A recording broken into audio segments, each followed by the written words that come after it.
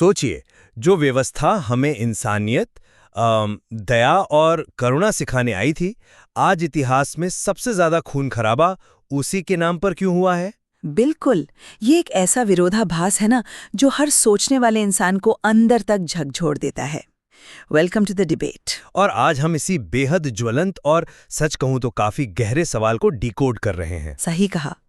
क्या धर्म वास्तव में मानवता को एक सूत्र में पिरोने वाली सबसे महान खोज है, या ये समाज को तोड़ने का सबसे खतरनाक और पुराना हथियार बन चुका है? देखिए, इस विषय पर मेरा यह दृढ़ विश्वास है कि अगर हम मानव विकास के सफर को देखें तो धर्म वह वैचारिक ढांचा है जिसने इंसान को उसकी पाश्विक प्रवृत्तियों से, उसके भीतर के जानवर से निकालकर आध्यात्मिकता की ओर ले जाने का काम किया है। हाँ, मैं समझती हूँ कि आप ऐसा क्यों सोचते हैं, लेकिन धर्म ही वो बुनियादी नींव है जिस पर हमारी पूरी सभ्यता और नैतिकता खड़ी है।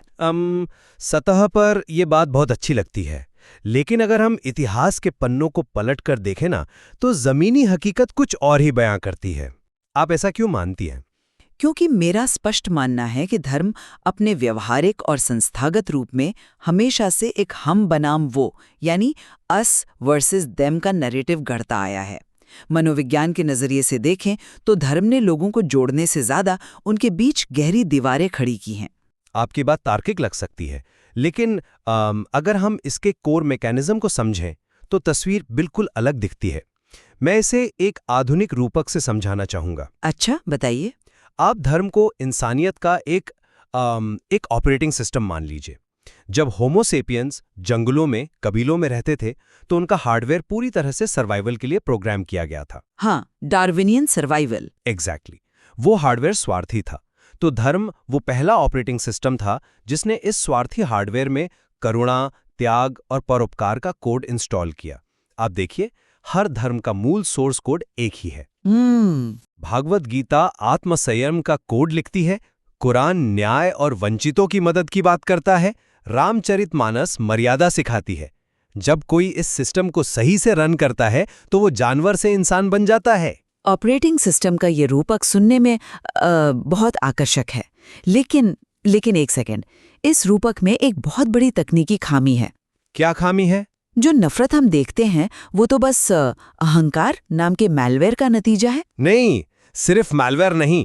अगर कोई ऑपरेटिंग सिस्टम पिछले 2-2.5 हजार सालों से लगातार क्रैश हो रहा है और उसकी वजह से दुनिया भर का हार्डवेयर एक दूसरे को नष्ट कर रहा है, तो आप सिर्फ यूजर को दोष नहीं दे सकते। आपको ये मानना पड़ेगा कि उस ऑपरेटिंग सिस्टम की कोडिंग में ही कोई बुनियादी डिफेक्ट है, और वो डिफेक्ट है एक्सक्लूसिविटी, यानी ये दावा कि सिर्फ मेरा रास्ता ही एकलौता सच है। देखिए, एक्सक्लूसिविटी को आप गलत संदर्भ में देख रही हैं। मुझे अपनी बात पूरी करने दीजिए। अगर सभी धर्मों का सोर्स कोड एक है तो मुझे अब्राहमिक धर्मों का एक बहुत ही गहरा थियोलॉजिकल पैराडॉक्स समझाइए। यहूदी, ईसाई और इस्लाम, ये तीनों धर्म एक ही मूल से आते हैं, एक ही निराकार ईश्वर को मानते हैं। फिर भी जेरूसलम जैसी एक जगह के लिए सदियों तक क्रूसेड्स क्यों लड़े गए? ऐतिहासिक संघर्ष वास्तविक हैं, मैं इनकार नहीं कर रहा। बात सिर्फ जमीन की नहीं थी ना। अगर ईसा मसीह ईश्वर के पुत्र हैं तो यहूदी मान्यता खारिज हो जाती है। अगर इस्लाम अंतिम सत्य है तो बाकी दोनों अधूरे साबित होते हैं। ये वैचारिक मतभेद कोई मैलवेयर नहीं है, ये तो धर्म के मूल कोड में लिखा हुआ एक बग है। जेरूसलम का उदाहरण ठीक है, लेकिन आप पूरी तस्वीर का सिर्फ एक हिस्सा देख रही हैं। विकासवादी मनोविज्ञान यानी एवोल्यूशनरी साइकोलॉजी हमें डनबार्स नंबर के बारे में बताती है। हाँ, 150 लोगों की लिमिट। बिल्कुल। इंसान स्वाभाविक रूप से 100 या 150 लोगों से ज्यादा के समूह में सहयोग नहीं कर सकता, तो फिर लाखों करोड़ों अनजान लोग एक साथ मिलकर पिरामिड कैसे बना पाए?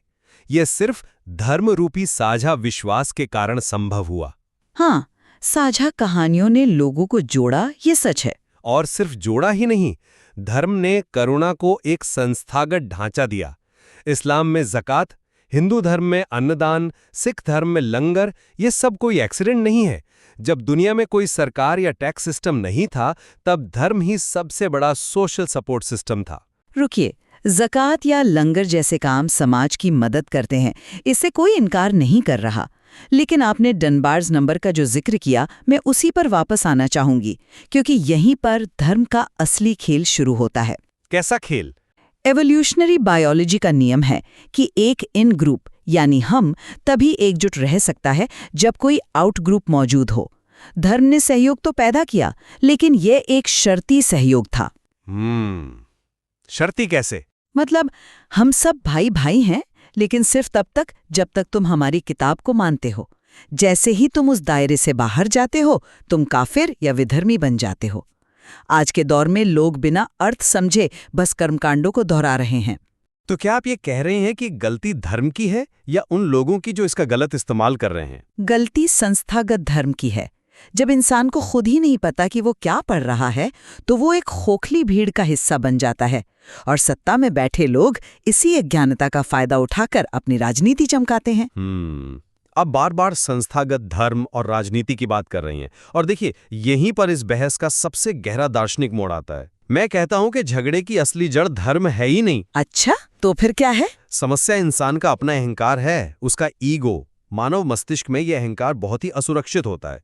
जब इस अहंकार को अपनी सुरक्षा करनी होती है ना, तो वो धर्म का चोला पहन लेता है। जो लोग सड़कों पर धर्म के नाम पर खून बहा रहे हैं, वे ईश्वर के लिए नहीं लड़ रहे हैं, वे अपनी असुरक्षाओं और अपने अहंकार के लिए लड़ रहे हैं। सूफीवाद में फना की बात होती है या गीता में निष्काम कर्म। इन सब का उद्देश्य इस अहंकार को ही मिटाना है। ये तर्क दार्शनिक रूप से बहुत ही सुंदर है। अहंकार मानवीय संघर्षों की वजह है, मैं मानती हूँ, लेकिन जरा एक कदम पीछे हटकर सोचिए। जी, अगर अहंकार ही असली समस्या है, तो फिर धर्म उस अहंकार को पनपने के लिए दुनिया का सबसे शक्तिशाली इकोसिस्टम क्यों प्रदान करता है? वो इकोसिस्टम नहीं प्रदान करता, लोग उसे ढाल बना लेते हैं। माफ कीजिएगा, लेकिन धर्म उस व्यक्तिगत अहंकार को एक खतरनाक सामूहिक अहंकार में बदल देता है। जब एक व्यक्ति को लगता है कि उसके पीछे ब्रह्मांड के रचयिता की ताकत खड़ी है, तो उसका ईगो अजेय हो जाता है। मैं जो लोग हमें सुन रहे हैं उनसे एक सीधा सवाल पूछना चाहती हूँ। सोचिए आप एक सुनसान सड़क पर जा रहे हैं और आपका भयानक एक्सीडेंट हो जाता है। कोई अनजान इंसान आपको अपनी गाड़ी में डालकर आपकी जान बचाता है। हाँ। जब आपको होश आएगा तो क्या आप सबसे पहले उसका धर्म पूछेंगे? बिल्कुल नहीं, आप सिर्फ कृतज्ञ होंगे, क्योंकि इंसानियत का जो मूल कोड है ना, वो धर्म की प्रोग्रामिंग से बहुत ऊपर है। मैं आपकी इस दुर्घटना वाली बात से पूरी तरह सहमत हूँ। ये साबित करता है कि करुणा हमारे भीतर स्वाभाविक रूप से मौजूद है। लेकिन आप जिस सामूहिक अहंकार की बात कर रही हैं, उसे समझने के लिए मैं एक पुल का रूपक रखना चाहूंगा। पुल? कैसा पुल? धर्म सत्य तक या परम चेतना तक पहुंचने का एक पुल है। इसका उद्देश्य था इंसान को स्वार्थी स्वभाव के एक किनारे से उठाकर उच्च नैतिकता के दूसरे किनारे तक ले जाना। लेकिन मानव इतिहास की त्रासदी ये नहीं है कि पुल खराब था। त्रासदी ये है कि लोगों ने उस पुल का इस्तेमाल नदी पार करने के लिए किया ही नहीं। उन्होंने उस पुल पर ही अपने अपने घर बना लिए और अब वे आपस में लड़ रहे हैं कि मेरा पुल तुम्हारे पुल से बेहतर है। ओहो, ये बहुत ही दिलचस्प रूपक है ना? लोग सफर के साधन को ही मंजिल मान बैठे हैं, लेकिन इसका मतलब ये नहीं कि हम पुल को ही नष्ट कर दें। अगर हम पुल तोड़ देंगे तो इंसान वापस उसी किनारे पर छूट जाएगा जहां सिर्फ जानवरों वाले नियम चलते हैं। मैं आपके ही रूपक को आगे बढ़ाती हूँ। अगर एक पुल पर पिछले 2000 सालों से लोग सिर्फ घर बना रहे हैं, खून खराबा कर रहे हैं और कोई भी उस पुल को पार नहीं कर पा रहा है। कुछ संत और सूफी पार गए हैं। हाँ, कुछ चंद लोग। लेकिन एक तार्किक इंसान होने के नाते हमें ये मान लेना चाहिए कि उस पुल के डिजाइन में ही कोई बहुत बड़ी इंजीनियरिंग खराबी है। कैसी खराबी? वो खराबी है धर्म का संस्थागत ढांचा, जो आपसे डिमांड करता है कि आप कभी पुल के पार न जाएं, क्योंकि अगर लोग पार कर गए, आत्मज्ञानी हो गए, तो इन धार्मिक संस्थाओं की जरूरत ही खत्म हो जाएगी।